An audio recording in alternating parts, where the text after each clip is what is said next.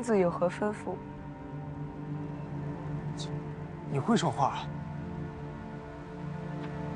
哎，他是我的绿御史，之前我吩咐他去准备一些东西，所以来晚了。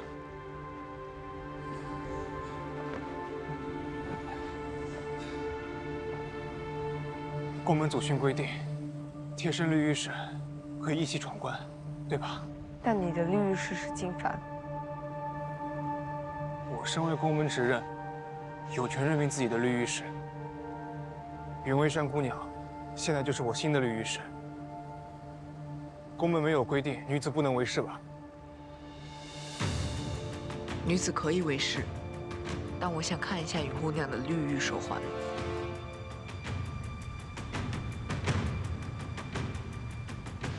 我进入后山试炼比较匆忙，所以还没来得及。在这里。进入后山之前，有一样东西我要交给你。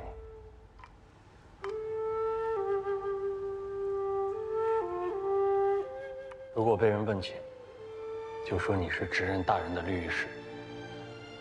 你放心，我定当舍命保护执人。你不信我？人心最不可信。那私心呢？可信吗？从私心来说，我也会舍命保护执人。他不在了，我也不会有立足之地。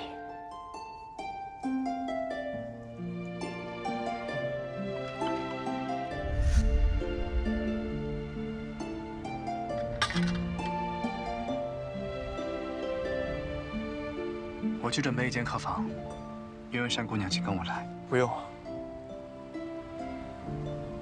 我和云姑娘同一间房即可。这不合规矩吧？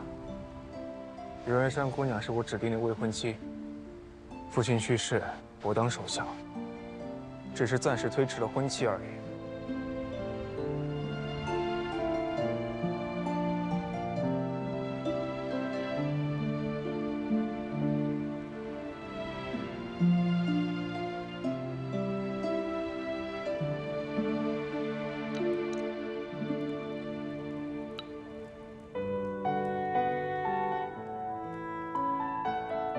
这是金凡的绿玉。公子离开之后，金凡就一直魂不守舍的。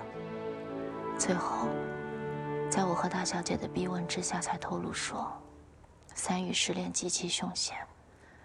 于是，我和大小姐逼迫他协助我，偷偷来后山找你。我都能想象到这公子上是怎么逼问金凡的。金凡本来死活不愿意违背宫门祖训家规。但我绝不允许你在后山遇到任何不测，于是逼迫他和我比武打赌，证明我自己是能够保护于公子的。你为何不允许我遇到不测？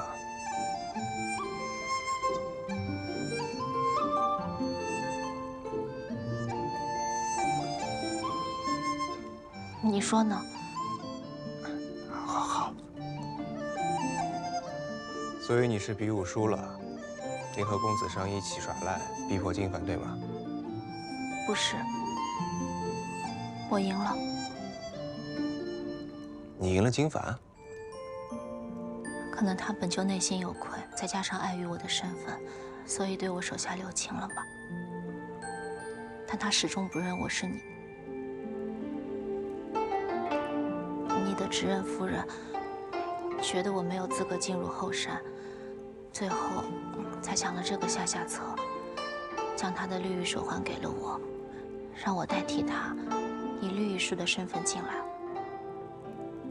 那现在你到底是执任夫人呢，还是绿御史？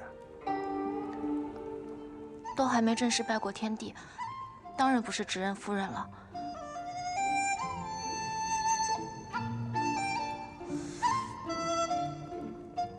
那这位绿御史大人，能否请你把那边冷的药粥再热一下？我的执任夫人有些饿了。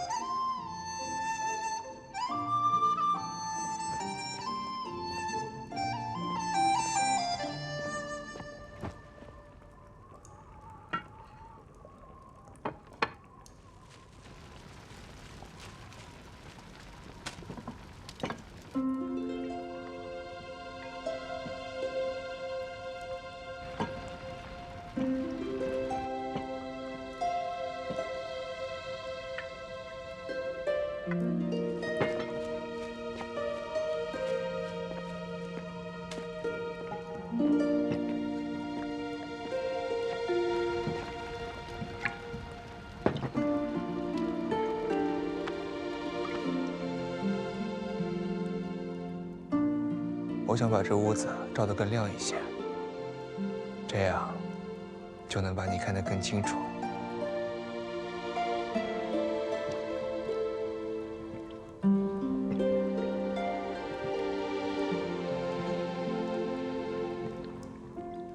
我来吧，你去坐着。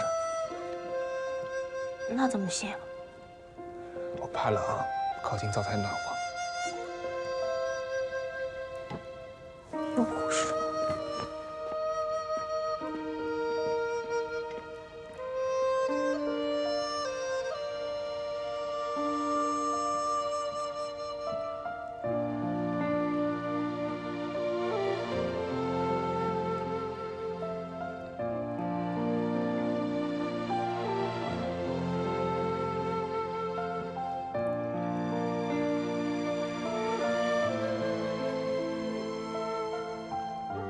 姐，你有什么心愿吗？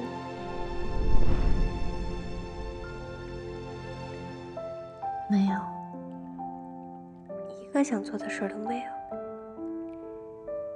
人心里总要有点念想，才能熬过现在的苦吧。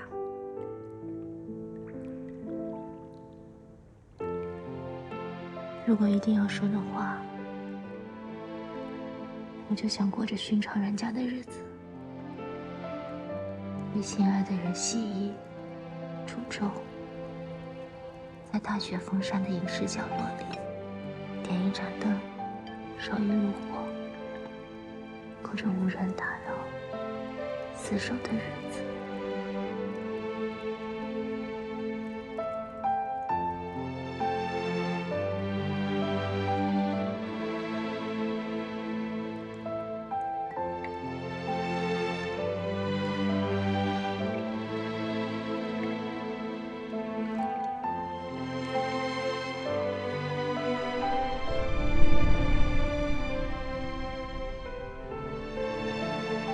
你干嘛想我？我哪有啊？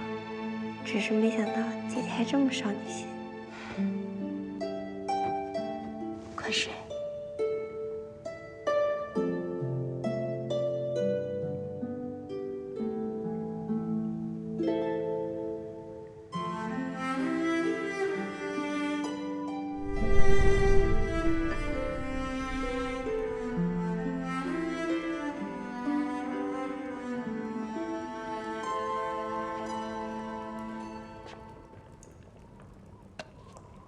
躺一张。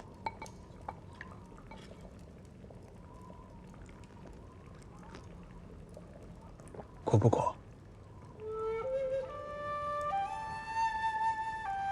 不苦。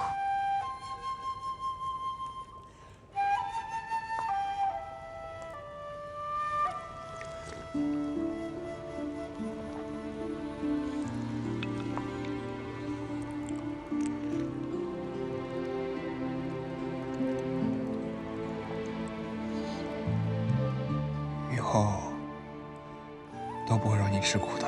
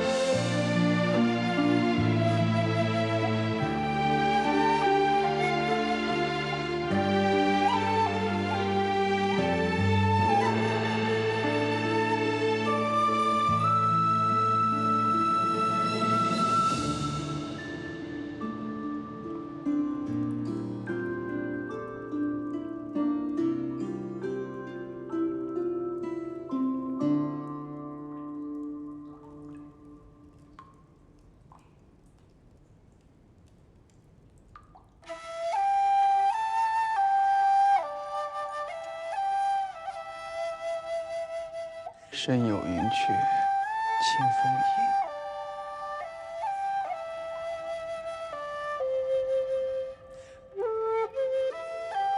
心若磐石，安身立。公子，前山传来急报。何事？岳长老遇刺身亡。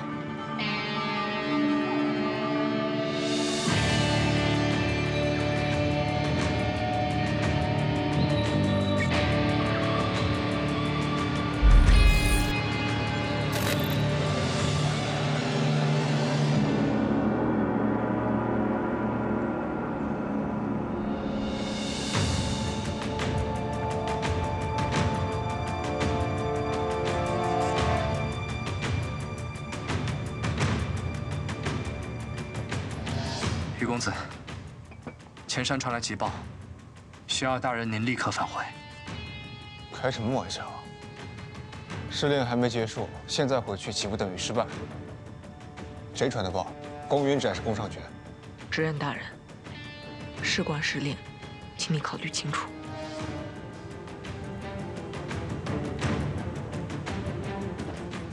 到底怎么回事？岳长老遇刺身亡了。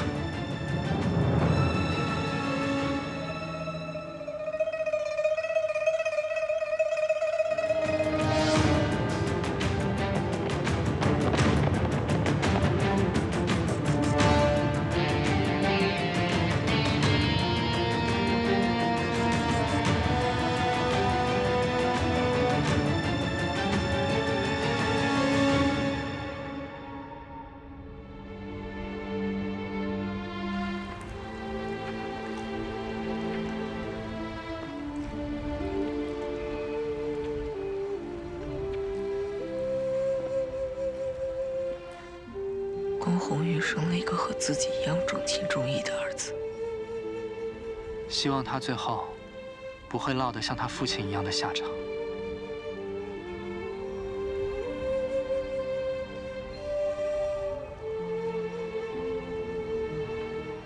宫门执刃的存在是为了守护家人周全，亲人逝去还让我专注试炼，我做不到。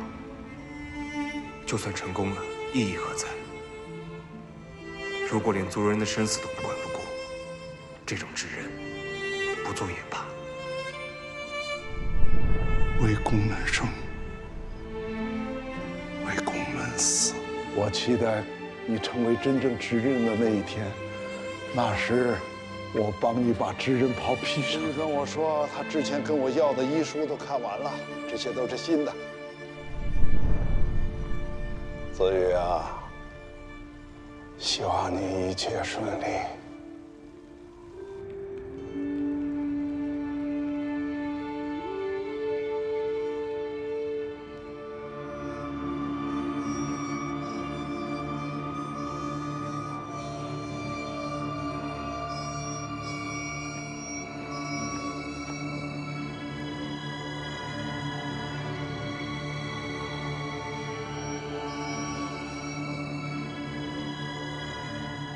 逝者无名，他人无风。早就跟你们说过，无风此刻另有其人。贾管事是被刻意栽赃，然后杀人灭口的。谁说宫门里只能有一个无风习作？无风行事，向来小心谨慎，除非万全把握，不会轻易出手。绝公子说的没错，若真是势单力薄，无风不会轻易暴露。留下血字，点名无风，更像是一种示威宣告。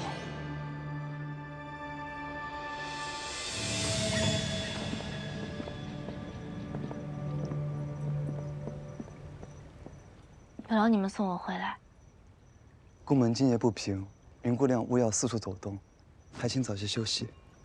好。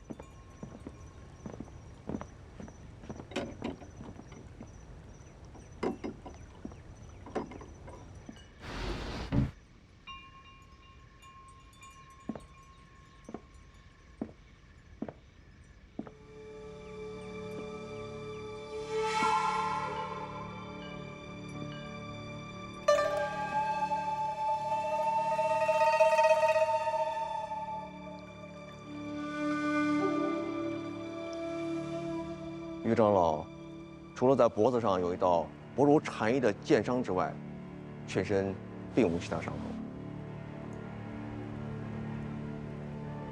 让医馆的人再仔细查验。是。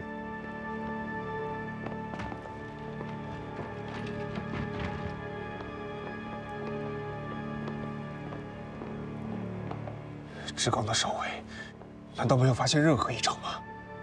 你到的有点太晚了。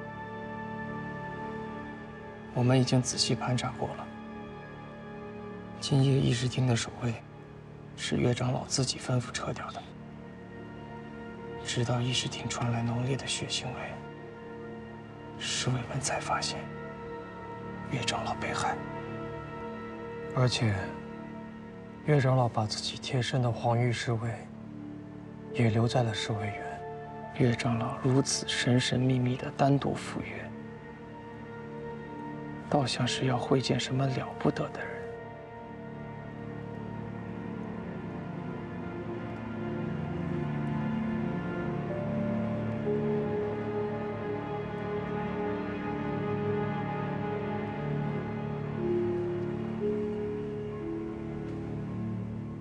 这是什么？从你衣柜里翻出几张刺绣帕子，挺喜欢的，一会儿带回去。以后不要乱翻我东西。姐姐是藏了秘密，怕被我翻到吧？岳长老遇害，和你有关系吗？我还想问你呢。我在后山和公子羽一起。姐姐真有本事，后山还真的说去就去了。看来你不用忍受半月之苦了。岳长老到底是怎么回事？现场留了字：逝者无名，大人无风。又是无名。看来贾管事不是真的无名，无名还在宫门里，没死。无名潜伏了这么多年，一直沉寂着，为何会突然行动？看来不是出于无名自己的意图，像是被人胁迫了。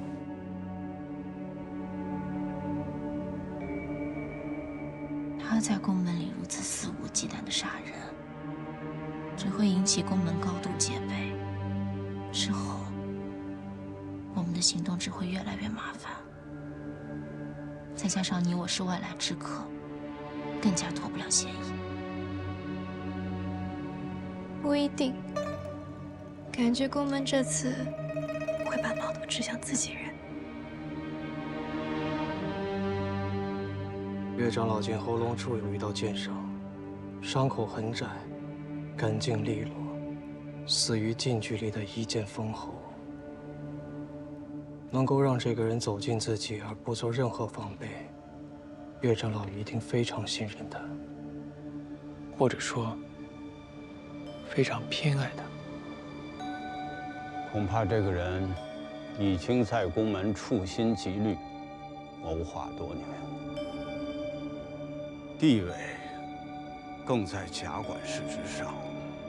他能蒙骗我们多年，定是手段不凡，我们更要加倍小心。一只无风养的狗而已，不敢正大光明，只会暗中潜伏，行鬼祟之风，行猥琐之事。那你别把狼当成了狗。要以亲心的话，岳长老的死就是前车之鉴。你这是威胁我还是诅咒我？怎么，下一个就轮到我了？不管是狼是狗，总归是露出了他的爪子。宫门现在上下已经全面戒严，找出无名只是时间问题。宫门越乱越好，我们更好趁乱完成任务。宫门出了这么大的事情，公子羽的试炼还能继续吗？要不然你跟我一起去前山，我的事情不需要你操心。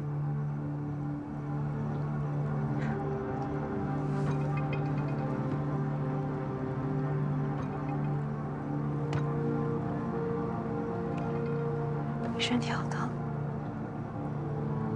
你也开始了。是复古之影的重峦，也叫做半月之影。重峦在你体内孵化后，会让你的体温渐渐升高。如不及时服用解药，五脏六腑都会被慢慢烧完。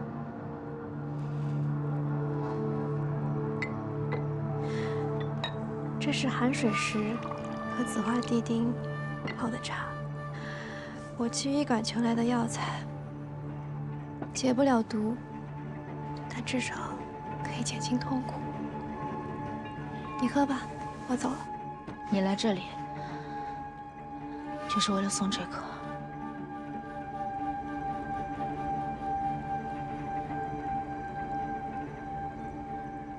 龙胆草，再加一味龙胆草。谢谢姐姐。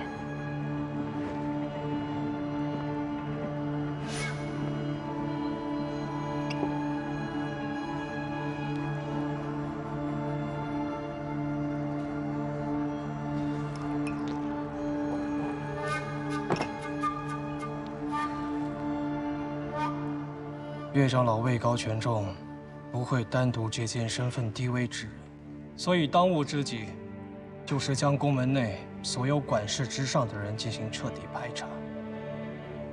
虽然内务向来是禹公的职责，但禹公子正在后山进行3域试炼，追查无名之事，就交由我来负责吧。上次你们调查完，就说贾管事是无风细作，这一次怎么放心交给你？公子羽，你是不是没通过后山试炼，又不好意思承认，所以以借调查无名为由，逃避试炼呀？子羽弟弟此刻出现在这里，想来第1关试炼已经顺利通过了吧？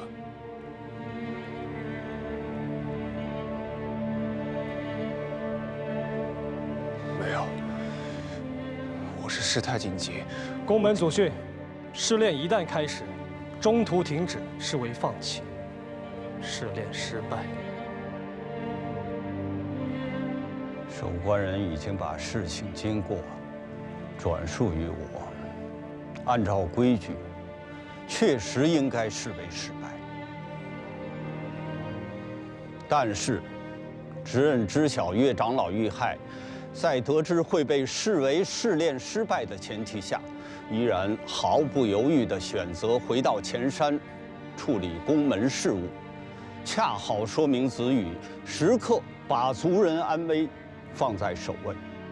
所以，我代表后山雪宫，破例允许执刃回去继续闯关试炼。华长老，你同意吗？既然雪长老这么说了，那我也就不再多言。但请各位记住，今天宫门上下为了公子羽改变了宫门祖训，那以后发生事情也就有了参照。宫门家规不再是不可撼动的铁律，只要有利于族人利益，那宫门的一些陈旧家规，该改的就改，该破的就破。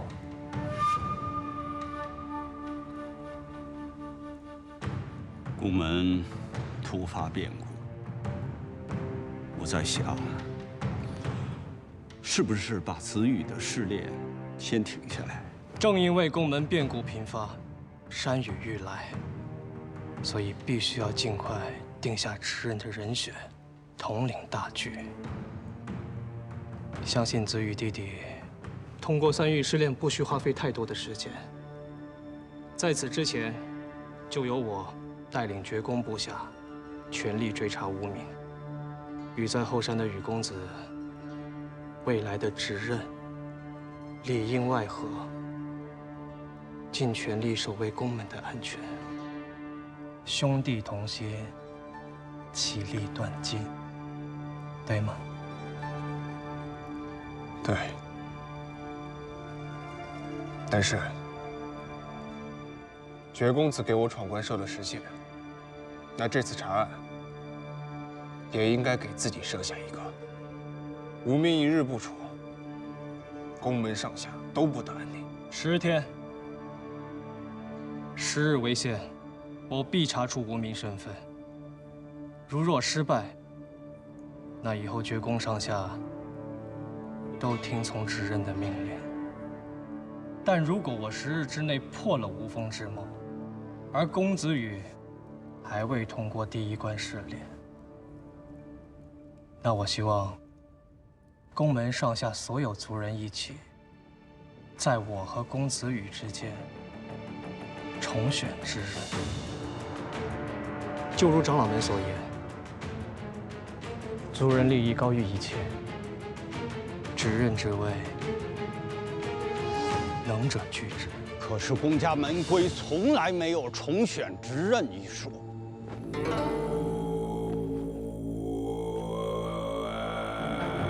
既然宫门祖训能为公子羽而改，那就能为我宫上爵而破。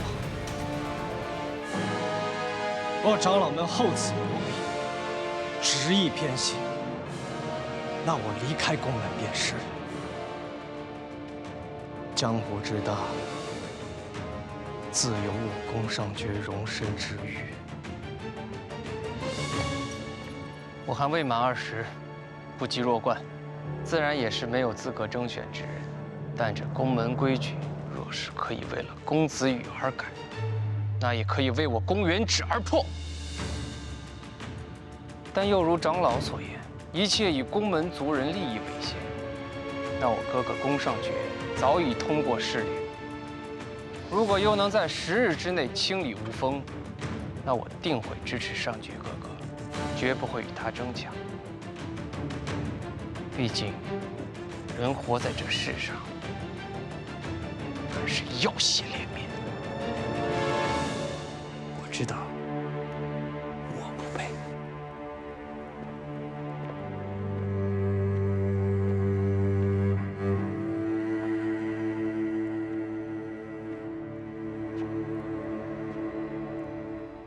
事发太过突然，一切只能从简了。哥，此人是谁？几位公主还是太过年轻，长老更迭是初见。岳长老亡故，按照宫门规矩，由岳氏族人继承长老之位。岳公子，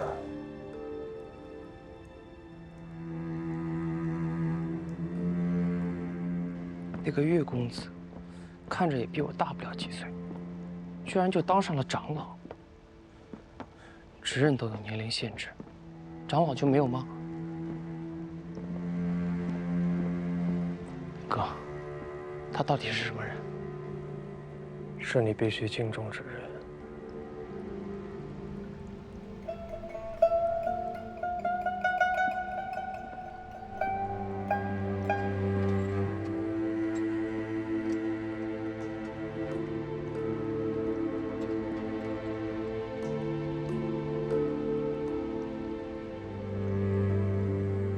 雾姬夫人，真是稀客啊。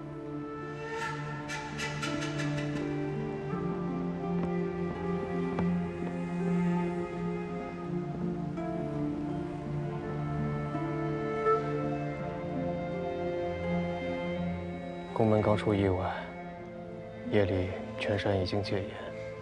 若是没有什么事情，雾姬夫人还是不要。公子羽的身世，我记起来了。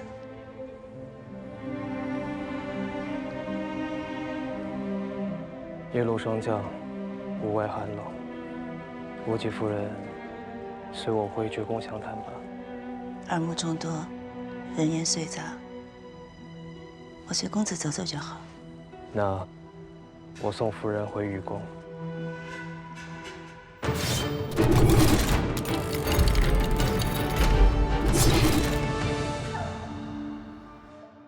夫人从怀胎至产子，都会从医馆调配专属的大夫全程看护。医馆也会留有档案记录。兰夫人的医案我早就看过，上面清楚记载早产。医案是假？医案是真，但老知人偷天换日，改了几页。我明白了，这几页在乌姬夫人这里。绝公子聪明，但乌姬夫人不会轻易给我。我自有办法让她拿出来。知公子精通毒药，说实话，我还是有些害怕的。我作为死去之人的侧室，我本来就只算是半个公家人，我的命不值钱。但要想操实公子爷的血脉身份，光凭几页旧纸恐怕不够。如果到时候我能作为人证，医案作为物证，定能助绝公子成事。原指弟弟少年顽劣，不懂礼数，乌姬夫人不要介意。你能突然想起往事，自然是好。只是我很好奇，是什么让你改变了心意？毕竟，你视子羽亲如己出。我在这儿待得太久了，久到已经厌倦了这里的一切。老知人身故，宫门又逢多事之秋，待在这里只会日夜惶恐。我想远离这腥风血雨，在这世间找一安宁之地，独自余生。前面就是雨宫的范围了，二位公子留步。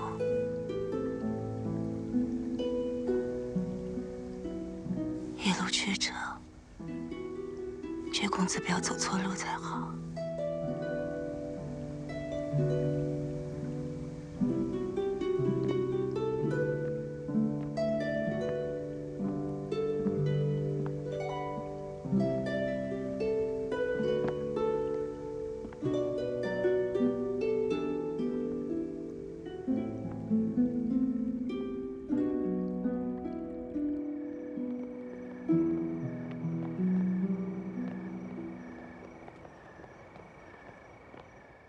我不信宫门内有这么多无风细作，宫尚爵绝对在撒谎。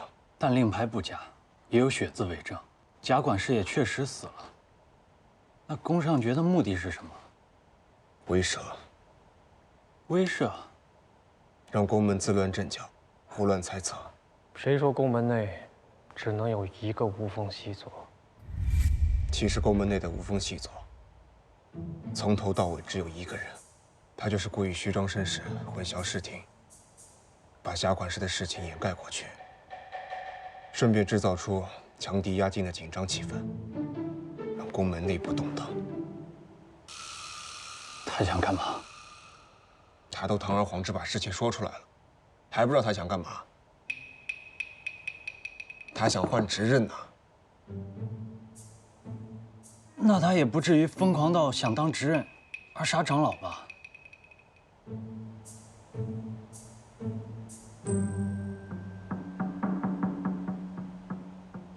对了，关于第一关试炼，我要是你，我就找云姑娘商量商量办法。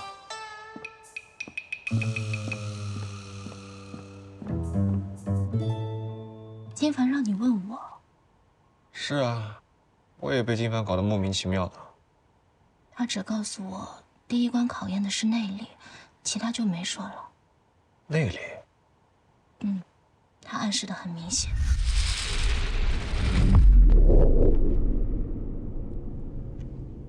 但这寒冰池，怎么看都是考验水性啊。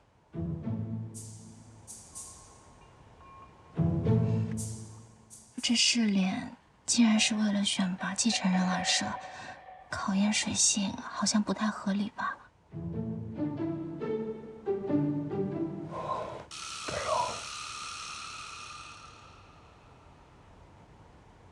哎，这是什么？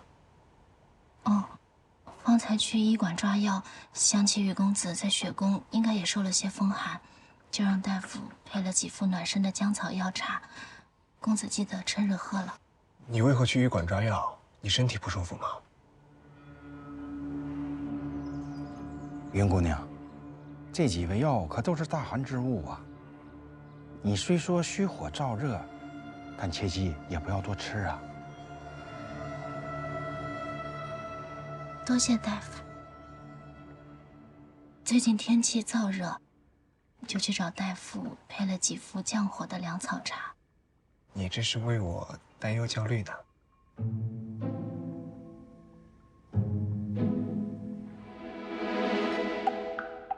方才看见下人们都往屋子里送兵，说公子要练功。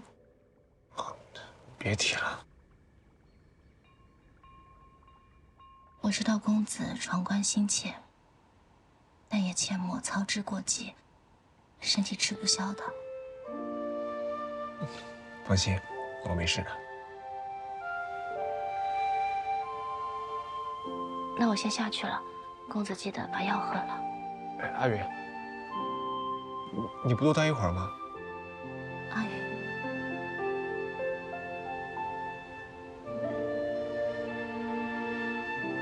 阿云不好听吗？听起来像是小猫的名字。小猫多可爱呀！阿云，云，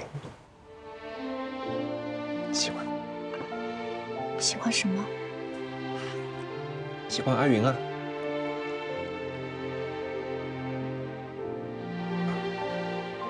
喜欢这个名字。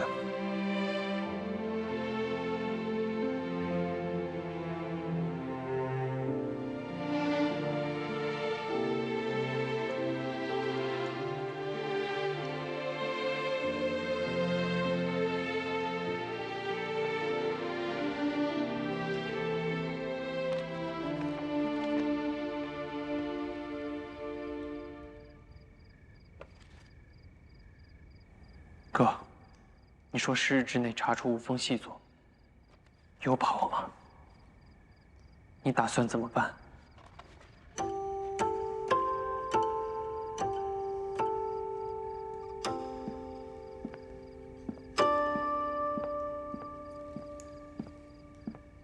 有事？没有。但我有。我就想多陪着公子，有什么需要尽管吩咐我去做。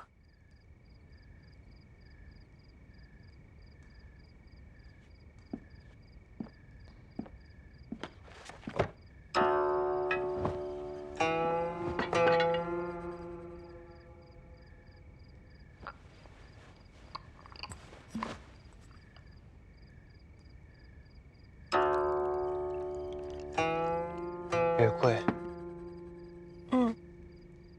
我看公子总爱在房间里点月桂熏香，就去药房领了一些月桂花叶，熬制了精油。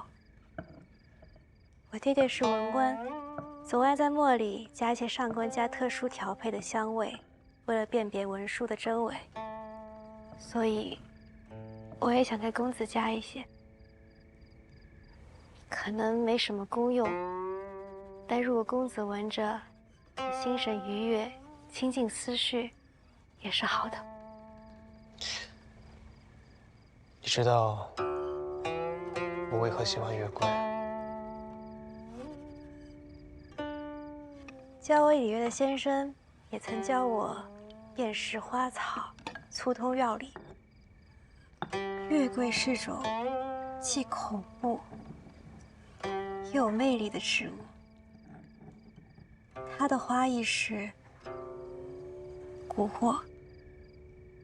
的确，世人常说，月桂既危险又迷人，代表了蛊惑。但其实月桂的花叶还代表着胜利。小女不才，让大人见笑了。月桂一直是传说中的长生之药，月中至宝，难以摘折。若有幸，可以寻到吴刚在广寒宫中种下的月桂花枝，无论挂上什么，铜钱也好，金玉玛瑙也罢，都可以无限采摘，馥郁满盆。能够摘到月桂花枝，绝非易事，所以人们将才子中举称为折桂。而西北方的一些蛮族，他们则喜欢将月桂花枝编织成环，做成头冠，送给凯旋而归的将士。所以，月桂也代表着胜利。这才是我喜欢月桂的原因。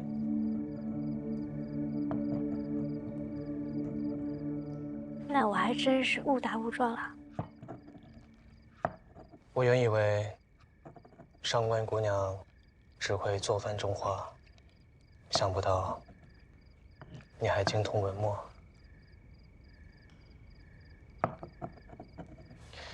以后厨房的事你就不用费心了，按照我以前的习惯来就好。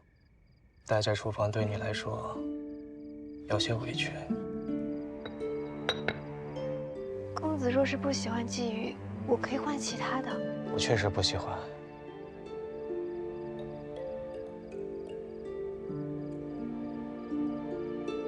我不喜欢鲫鱼，也不喜欢满院子花草。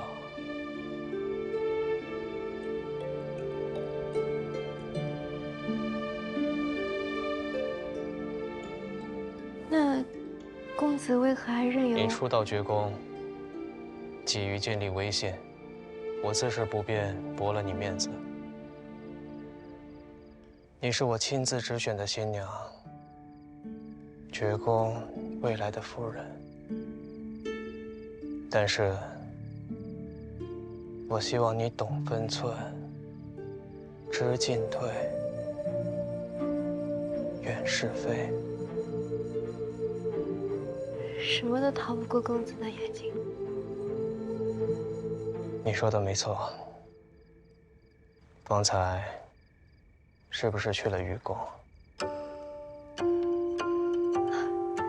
云姐姐之前说要教我几个女工图案，我学了几样，正好想给公子看看。不必看了，回去休息吧。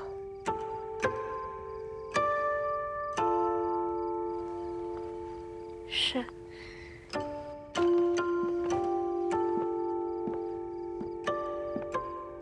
你种了满院子杜鹃，却没种其他花草。你可知道杜鹃的花叶？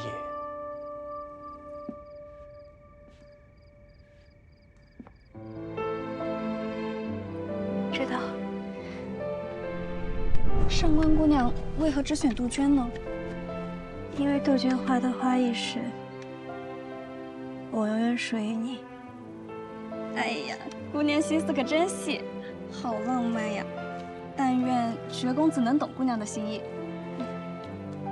宫二先生饱读诗书，自然能懂。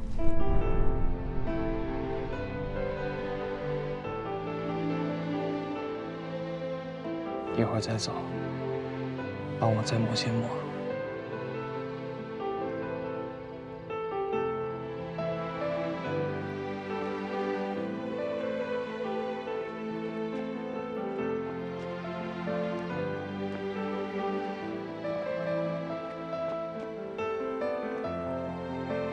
将岳长老的灵位放进宫门祠堂。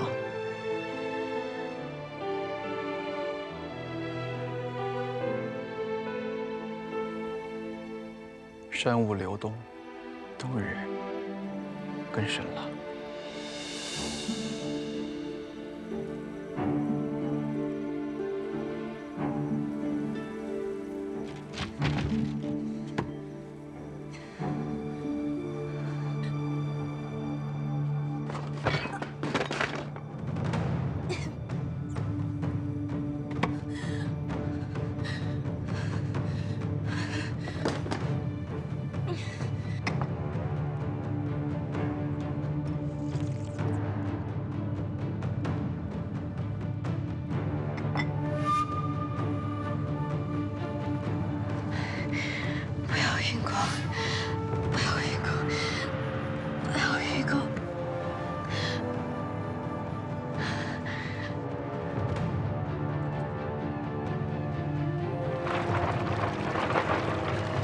执人大人，您飞木的兵已经准备好了。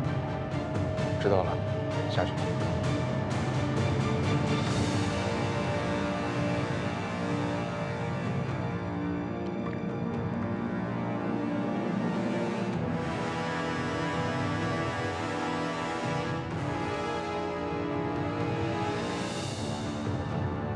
相信子羽弟弟闯完3月试炼不需花费太多时间。在我和公子羽之间重选执任，执任之位，能者居之。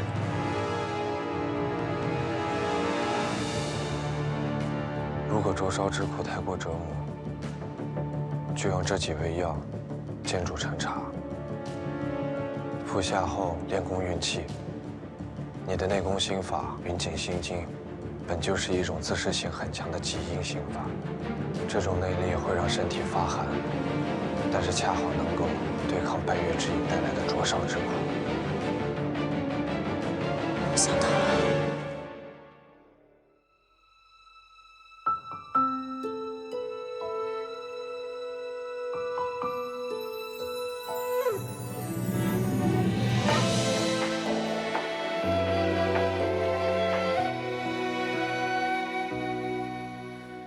你在梦里看见的记忆，闪着光，淋着雨。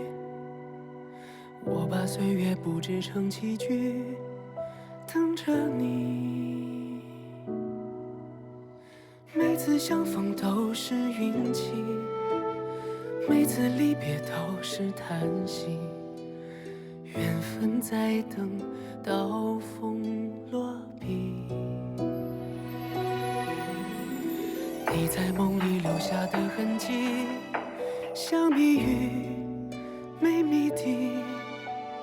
我用回忆缝过了冬衣，每一针都是你。一眼瞬间忘却天地，执子之手，弹字无意。落字无悔，红尘不弃。我跨越山水奔向你，找到你，抱紧你的心，不在乎他们的提醒，我抱紧了风铃。这不管输赢的赌局，黑白棋落下的痕迹，圈出一片小天地。用尽全力奔向你，拥抱你，呼喊你的名，撕开天地所有风雨，斩断了